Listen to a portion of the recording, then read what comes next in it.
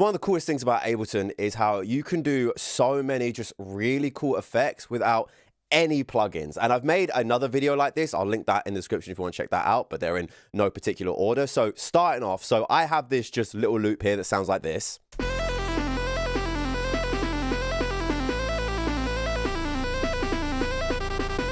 And so one of the things we can do is this cool little kind of choppy effect that sounds like this.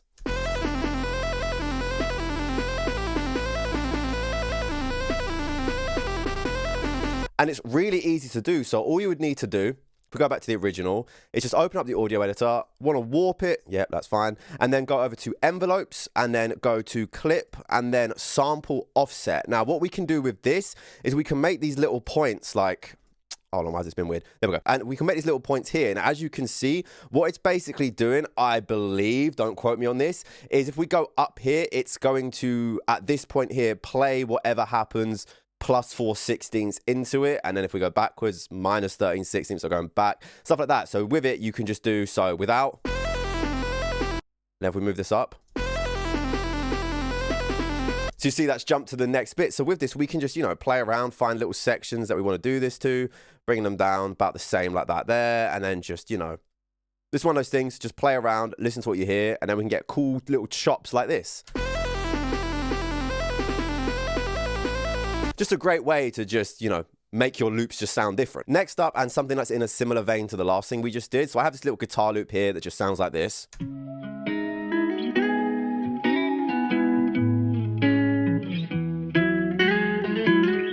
So we can create some interesting glitches without any plugins that sounds like this.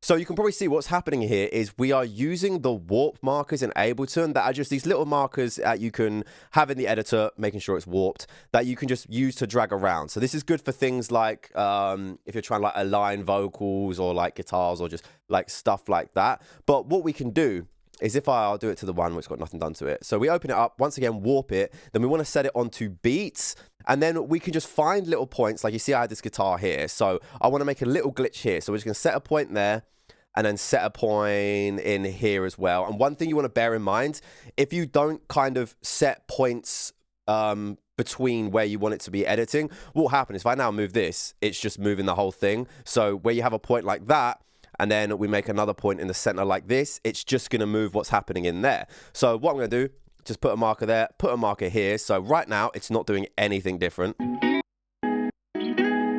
But if we take this and we use this to stretch it out, we now get this. You see that kind of subtle little kind of like wobble there. But what we can do is we can just keep going. So grab another point and drag it. See, now we're getting that cool kind of glitch, and then we can do it again if we want it to be really glitchy. And just simple like that. So you can just go around and just find points where you want to do this to. Like let's do it here, right here. Let's make it do that there. So we'll take this again, points like this. And the thing is as well, you can get just really just do whatever you want with this. Like you see I'm setting the point in the middle. You can set it over here if you want to. Just drag that bit out.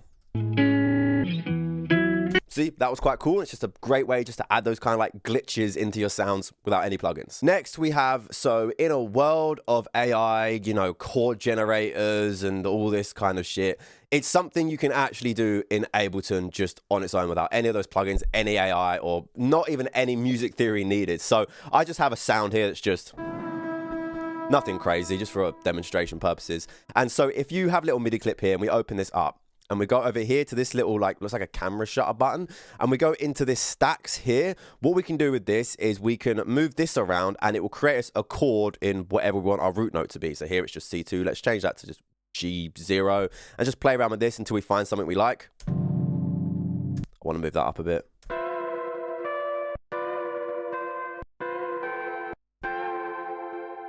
That's a nice chord. And then what you can do as well is you can click this plus sign to add a new chord. So have a new, you know, so you can create some chord progressions. But for now, we'll just leave this with just this one here. And then what I'm going to do now with this is now we've got this chord. Let me duplicate this. And what we can do now is we can take this, and if we go to here, we can go to strum first of all, which is something cool. I didn't mean to put this in the video, but you can basically do this and it just creates a creates a strum, just something fun to do. But if we go to, where is it? Arpeggiate. What we can do now is Ableton will arpeggiate this chord for us. We'll just click transform there. And we can change the distance. Change the rate, so changing the speed. So when we add that with the chord,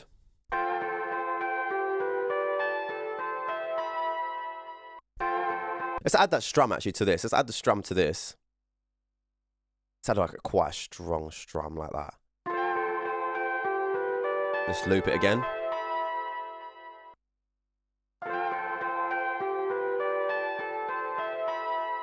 So just like that, you've got the start of a song, basically. And lastly, I'm sure you're very familiar with the Little Altar Boy formant shifting effect on vocals that sounds like this. You've been burned into my mind. Now my hands are shaking. I feel the elevation. Really cool effect, and I will say doing it on stereo tracks does make it a little weird. Usually you'd want to put this on mono, and you'd usually always want it at the start, because if you're putting like reverbs on and then you're formant shifting it, you're formant shifting all that reverb, it's going to really get fucky and stuff like that. But my point is with this, there is a way how you can do this in Ableton completely for free without any plugin. So I have this vocal here, and you'll hear it's doing the same thing. You've been burned into my mind. Now my hands are shaking. I feel the elevation. So the interesting thing about this is, so if we take this, I'll just remove the Little Altar Boy from it.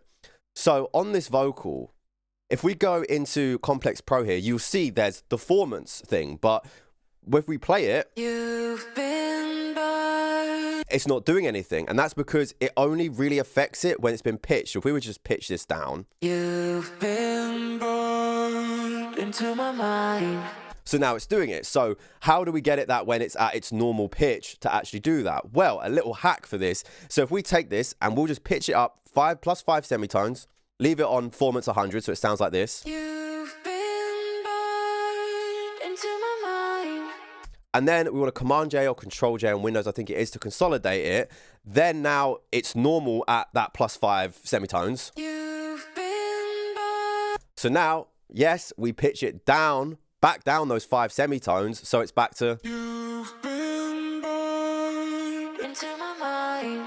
So you see there back at the formants 100, it's back to its normal pitch. You've been burned. Now you're probably noticing it's very grainy though, and yes, that is true. That is the only downside to this. It does make it quite grainy. And the thing I will say is the more you play around with the pitch, so for example, if you were to do what we just did, pitch up plus 12 semitones and then bring it back down 12 semitones, it's going to be a lot more grainy, but you will have more movement you can do in the formant. So with this, You've been burned into my mind.